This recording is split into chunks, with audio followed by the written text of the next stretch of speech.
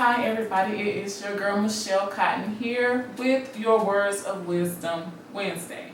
So what are we talking about? Today we're going to be talking about I'm afraid. Yes, I know. I'm afraid, but we're not dealing with like spiders or phobias or things like that. We're talking about more emotional, relationship, dating, things that we are afraid of, like our feelings. So let's jump into it. First of all, the top 3 things that you are afraid of. What are they? I want you to really sit down, think about them, and jot them down if you need to. So for me, you guys know I always start with me first, and I'm transparent, so I'm going to get into my top 3 things that I do fear when it comes to dating and relationships. So the first thing for me is dishonesty. I am afraid of people who I can't trust, or I start out trusting them and then something comes into play where they have been dishonest. My second fear, or something that I'm afraid of, is rejection. The third thing, which they kind of goes hand in hand with rejection, is not being good enough. So those are my top 3 things that I am afraid of, which I do get it. God has not given us a spirit of fear, but power, love, and a sound mind. And I will always say this: be led of the Holy Spirit about the person that you are interested in, the person that you're dating or courting, male, female, or however it goes. So you don't want to go into it and it's already not right. Trust your intuition. Also, I will say that because me being a believer, being Christian, I rely on my intuition, which for me is the Holy Spirit. The Holy Spirit does come as a guide. So let's deal with let me change that up. What makes you kind of afraid, or what makes me afraid? I'm going to start with dishonesty. So again, for me, dishonesty is when someone lies, when they're very inconsistent, their patterns and behaviors change very abruptly or suddenly, or their words does not line up with the actions. In relationship, one thing I look for, or dating, is if what you're saying, or what he's saying for me, matches up with what he's doing. I have been a victim of one or the other. Recently I was a victim of what the guy is saying, his actions were totally different, and then another person that I was involved in, what he was saying was totally different from what he was doing the other way around. So he was saying this, but his actions show opposite.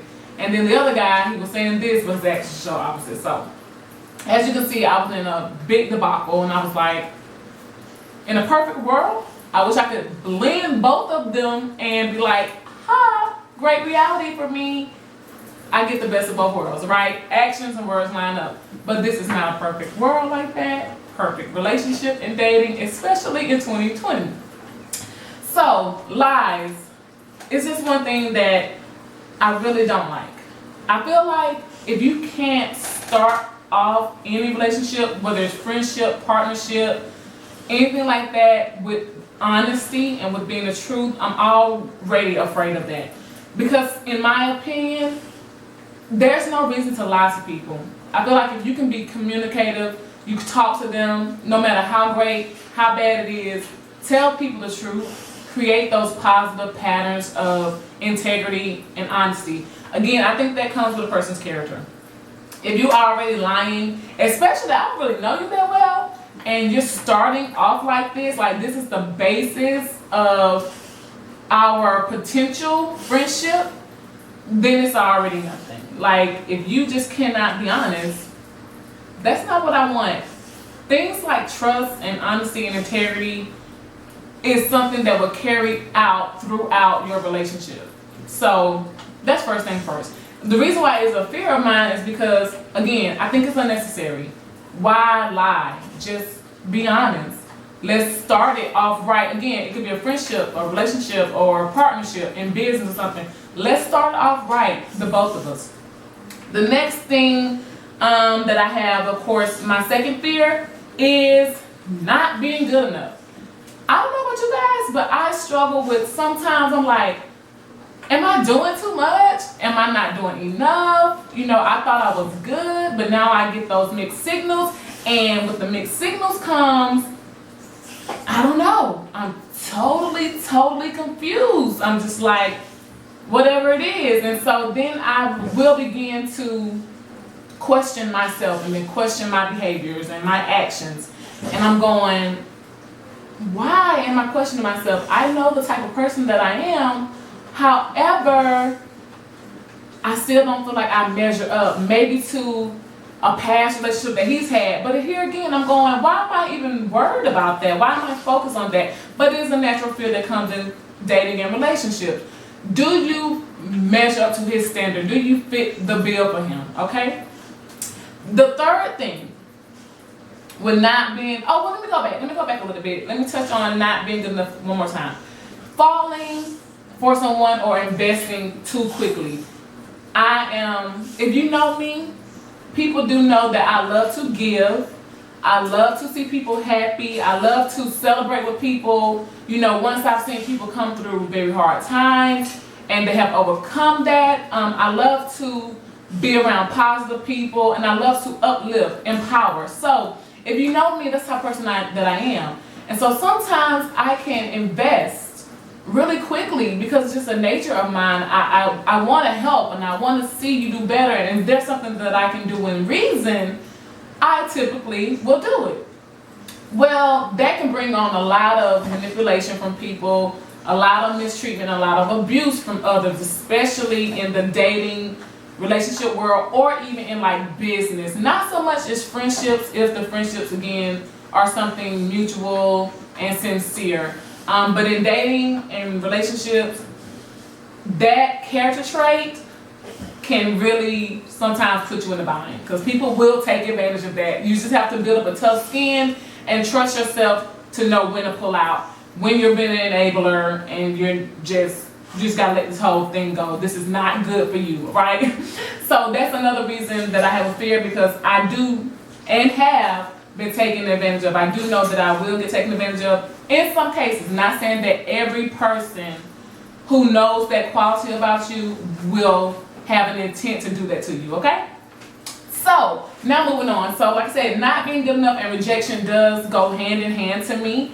So, but rejection, I've recently started to kind of build up this understanding of rejection is not a negative. I know you guys hear me say this a lot in my videos, but it isn't. Sometimes rejection is a positive because it simply means that you're just not the right fit. You're not the right person for the job to that other person or to that business or for that job or to that partnership. That's simply all it means. So when I'm acting, I get rejected all the time. And when I first started out, I was like crying. I was so emotional. I'm like, oh my goodness, they hate me. My audition sucked, or I sucked. And really, no, you didn't. If you know that you brought 100% your A game to any audition or to any relationship, friendship, partnership, or whatever the case may be, and you get rejected, you just wasn't the right fit for that person or that job. Like I said, nothing you did was wrong. You just didn't fit what they were looking for, right? But another thing that goes along with rejection, like not being good enough, is do you meet that standard? So that is a fear of mine. So I just wanted to come and bring you guys some of my concerns that can tend to hinder if we're not being personally developed in this area of dating and relationship. So I want you guys, again, to go back, sit down, think about it, write down the top 3 things that you are afraid of. Let me know. Hit me up on my Instagram at Shelly D. Cotton or my Facebook at Shelly D. Cotton. Also subscribe to my YouTube channel at Michelle Cotton. And guess what though? Next week, next Wednesday, is your part 2 of I'm Afraid, ... right? And what I'll be teaching you then is how to start to overcome what you are afraid of. So I know you guys want to hear that. It's very interesting and exciting to me. I was glad to do the research and begin the process for myself. And I want to share it with you guys. Again, follow me on all social media platforms at Shelly D. Cotton. Subscribe to my YouTube channel at Michelle Cotton. Go ahead and grab the Words of Wisdom 60-day devotional. It is on sale. You can download it to your Amazon Kindle. You can also just buy it straight up from Amazon.com. Hope you enjoy. Get your words of wisdom. Thank you guys for sharing with me. Bye.